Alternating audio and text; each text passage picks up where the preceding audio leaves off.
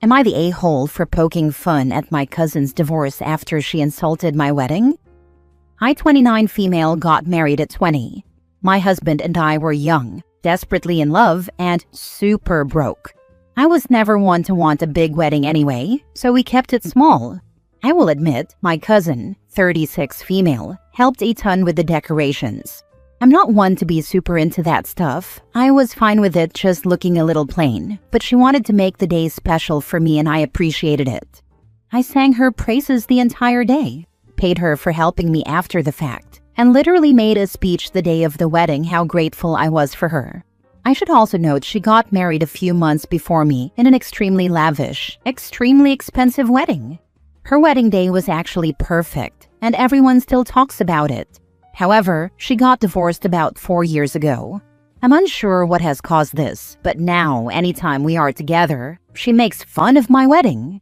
She mocks how small it was. She mocks how corny the venue was. She insults my bridesmaids and my husband's family, and how useless they were the day of. I normally don't react because, honestly, I don't care about her opinion.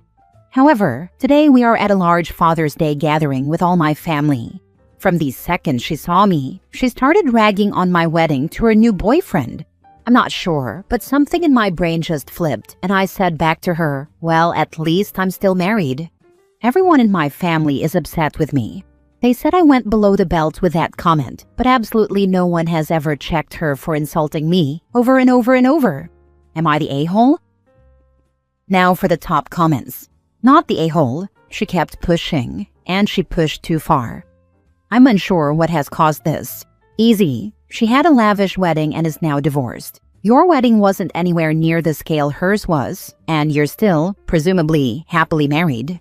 She's jealous, so of course instead of building herself up, it's easier to tear you down. She's an a-hole, and so is everyone else in your family. If they shut their pie holes when she was taking shots, they can keep their pie holes shut when you return fire. Here's the line. Now your cousin and family know not to cross it. Who the heck badmouthed someone's wedding? Not just that, but 9 years after the fact. Sounds like she might have narcissistic personality disorder. Rules for her aren't rules for you. She can insult you and pretend it's a joke, but you can't insult her as a joke. To answer your question, that makes her the a-hole, not you. I hope you and your husband have a wonderful marriage. Statistically, the ones that spend more on their weddings are more likely to split. That's true. In 1980, the decade of excess, a friend's daughter had a Hollywood-perfect wedding that cost an insane amount of money. The marriage was over in 4 months. Not the a-hole. This wasn't a one-off. She has been doing this for years. You needed to shut it down.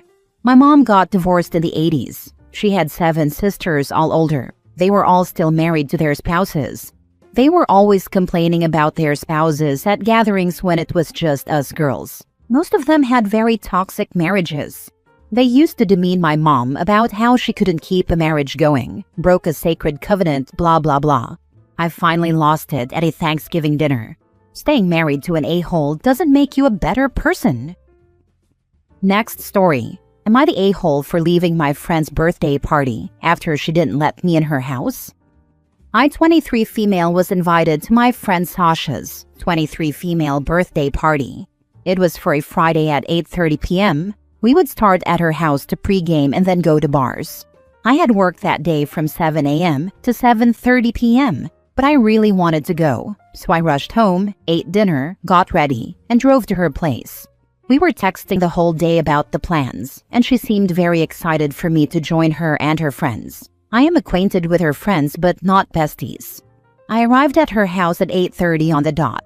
I hung up the phone with my boyfriend and texted her to let her know I was there. She said okay, so I walked up and knocked on the door. I heard music and people talking inside, so I knew they were there. Nobody answered. I noticed she had a Ring camera, so I waved in front of it, knowing Ring notifies people's phones. Still, nobody let me in. I knocked louder and texted her that I was at the door, but I was neither let in nor texted back. I knocked even louder and started shouting, "Hey, Sasha, I'm here." I finally heard footsteps coming to the front door, but instead of letting me in, I heard the deadbolt lock click, locking me out. I walked away from the door and called my boyfriend to tell him what was going on. I told him my feelings were hurt and that I wanted to go home. He convinced me to stay and knock again, rationalizing that it was a miscommunication. I texted her again saying, "Okay, I'm out front." Sasha immediately answered, "Okay, sounds good." So I knocked again. No answer. I heard the music get turned down and Sasha say, "Guys, I think she's here." So I knocked as loud as I could and said, "Yes, I'm here. It's me." Footsteps came towards the door, and again the deadbolt sounded. The door remained locked, and the footsteps walked away. At this point, I had been knocking for 12 minutes. I was so upset and angry that I left and texted Sasha, "So I've been knocking for over 10 minutes and no one let me in, so I'm going home." She immediately called me, but I didn't answer because I was afraid I would say something out of anger that I would regret. She texted me that she looked through the peephole and did not see me. I think that's BS because she literally had a Ring camera. I told her that my feelings were hurt and I felt unwelcome. I did not receive an answer. Am I the a-hole for leaving? What could be the reasoning behind this? This sounds like they thought this would be funny, but it was instead cruel. Not the a-hole. Yeah, this is some mean girl BS. She literally didn't let you in the party. What were you supposed to do? If my friend told me she was at the door and I didn't see her, I would go outside to look for them. Not the a-hole. My advice to you is to not spend a whole lot of time thinking about this. Either they were deliberately not letting you in, or there was some sort of crossing of the wires. I don't know that it helps you to find out one way or the other. For your part, just maintain what is the true explanation. You did everything you could. All she had to do was open the door. If she's not willing to open the door and let you in, how much longer are you supposed to spend out there knocking, yelling, and texting? I tend to think that you were the victim of a prank committed by her besties. But again, I don't know that it helps you to find out one way or the other. Next story. Am I the a-hole for not reconciling with my wife's parents and her sister and kicking them out when they insulted me? My wife and I got married last year after dating for 7 years. My wife's side of family don't particularly like me, but we still got along for the sake of getting along. But a month ago, my wife and her sister had a huge argument, and my wife's parents took her sister's side. So I took my wife's and tried to calm them down. But that resulted in them directing their anger towards me. They said it's between them and I should stay out of it, but I didn't and said I'm her husband and I will defend her. We left and went no contact after they started insulting me. But today they showed up at my door, and I didn't want to, but I let them in for my wife. They kept discussing and they said they wanted to reconcile, and my wife said she will forgive but she needs time.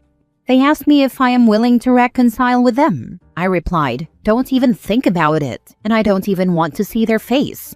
I told them that they should talk to their daughter and leave my home when they are done. They said that I'm talking like a child. I got angry and asked them to leave after we started arguing again. Her sister said that my wife should have a say as well. I told her to shut up and leave, and whatever decision my wife will make, she'll hear from her later.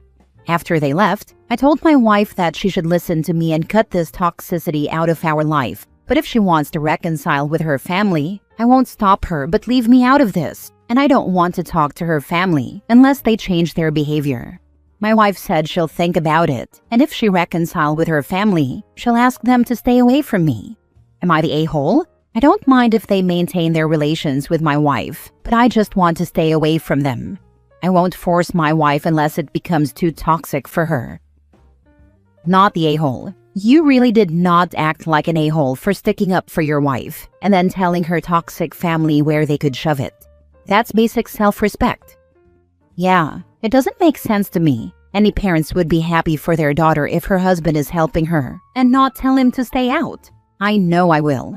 And what's the point of asking me if I want to reconcile and then insult me again and call me a child when I refused?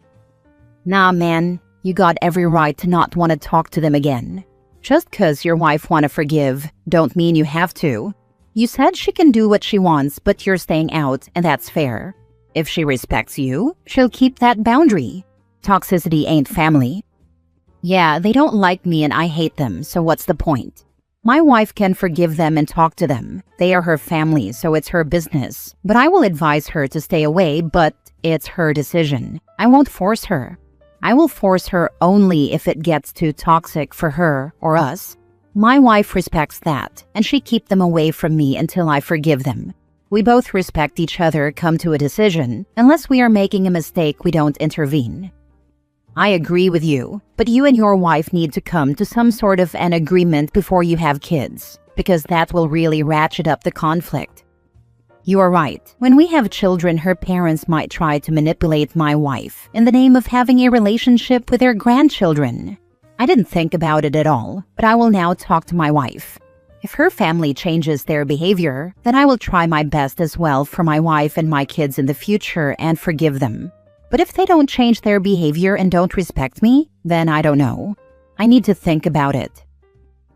Next story. Am I the a-hole for kicking out my nephew after ruining my bathroom and not bothering to clean it up?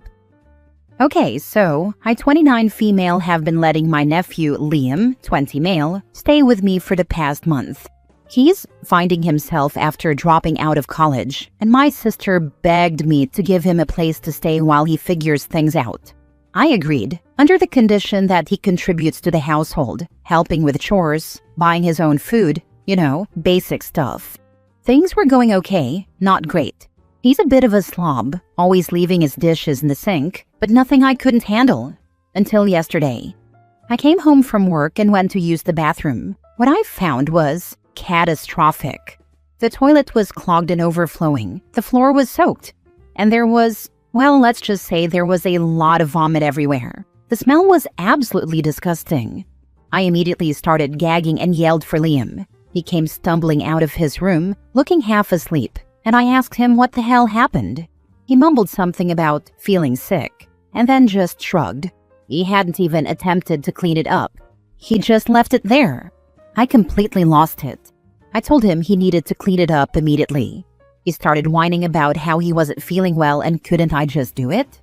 That's when I told him to pack his bags and get out. I said I was done with his disrespect and lack of consideration. He got all huffy and called my sister, who then called me, screaming about how I was being unreasonable and kicking her poor baby when he was down. I held my ground and said he could come back when he apologized and cleaned the mess, but not before. So, am I the a-hole? I feel a bit bad kicking him out, but honestly, the sheer lack of responsibility and the fact that he left that mess for me to deal with was the last straw. Here's the twist though. After he left, I started cleaning up the bathroom. And that's when I found it, a small empty baggie hidden behind a toilet. It definitely looked like a drug bag. Now I'm wondering if he wasn't just feeling sick, but was high or something. That makes me even angrier. So, am I the a-hole for kicking him out, especially considering the possible drug use? Not the a-hole. Do not let him come back to move in with you. He can live with his mom. If he has drugs and they're in your house, you can be caught up in it legally. LMAO, the audacity to whine about cleaning his own vomit. Like, if you're grown enough to do drugs, you're grown enough to handle the aftermath. Your sister enabling him is why he's like this. Not the a-hole. Update your sister what you found, take a pic and do not let him back. She has to take him in. I'm actually curious why the nephew had to stay at the aunt's and not his own mom's, who seems so worried about her baby. Why did OP agree in the first place? He's not your kid, so not your responsibility. You are not that older than him. You seem a sensible and responsible person, but I think you made a mistake getting involved at all. I never babysit a full day for any of my nephews or nieces, despite the fact everyone knows I love them. It's about the fact that, am I prepared to be responsible for them doing something stupid and to get involved in the parenting?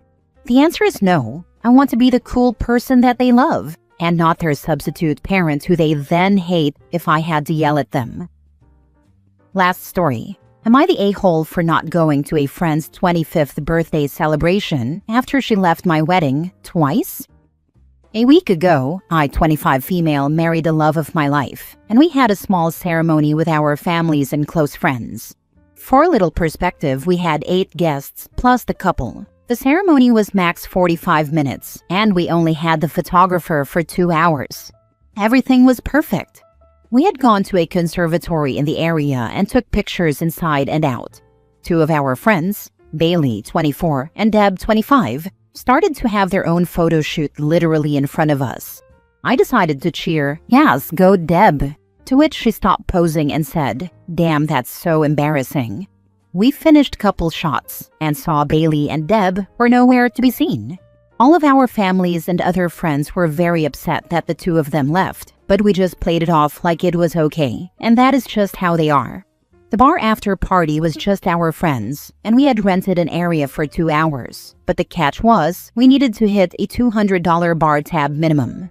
Deb and Bailey show up late to the after party but seem happy to be there. They are talking to our other friends, and Bailey stayed to play games with us. Deb finds games embarrassing, and they are both drinking. Not a requirement for fun, but they love drinking. About a half hour into the after party, Bailey asks us what we'd be doing Friday and to not make plans because it's Deb's birthday. We had been looking to go on a trip that weekend, but it was not planned, so we said that we should be able to go. A few moments later, Deb comes back from the bar and is complaining how drinks were so expensive. A special cocktail was $12 and a draft beer was $10. A while later, my spouse wanted to get food, so we went to go look at a food truck, saw there was nothing she'd eat, and decided to get Cane's later. We see Bailey and Deb waving us down. Thinking they want food too, we tell them we aren't getting stuff here, and they tell us that a mutual friend was bartending 20 minutes away, so they were going to see her, but would meet us back at the house later. Keep in mind we live in a major city, and this friend is a bartender and has been for over a year. When we got back in the bar, one of our other friends, Kate, asked where Deb, and Bailey went because they told Kate that they'd be right back. So, of course, being confused, we checked the tab and they had closed their tab. Everyone looked at it fine, because we got to drink more and hang out longer with friends from out of town. We finished drinks around 11:30 p.m., only to get a text from Deb saying they aren't coming back to the house with everyone, they are going home.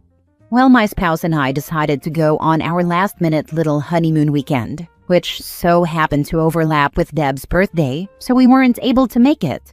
After letting Deb and Bailey know we couldn't go and why, they have basically ignored both of us and our texts. So are we a-holes for not going to Deb's birthday after they left our wedding celebration not once but twice? Now for the comments. Everyone sucks here. They weren't being good guests, but you don't sound like a great host. You should have covered the tab for the drinks after the wedding. You didn't even feed your guests.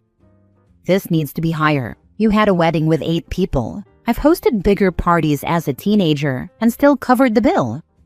Hell no. A 45-minute ceremony and you're making people buy their own drinks? You're not providing food even? Worst wedding hosts ever. You're the a-hole. Oh, and no food or plans for food. And the guests are supposed to stand around and watch the married couple get their wedding photos for God knows how long.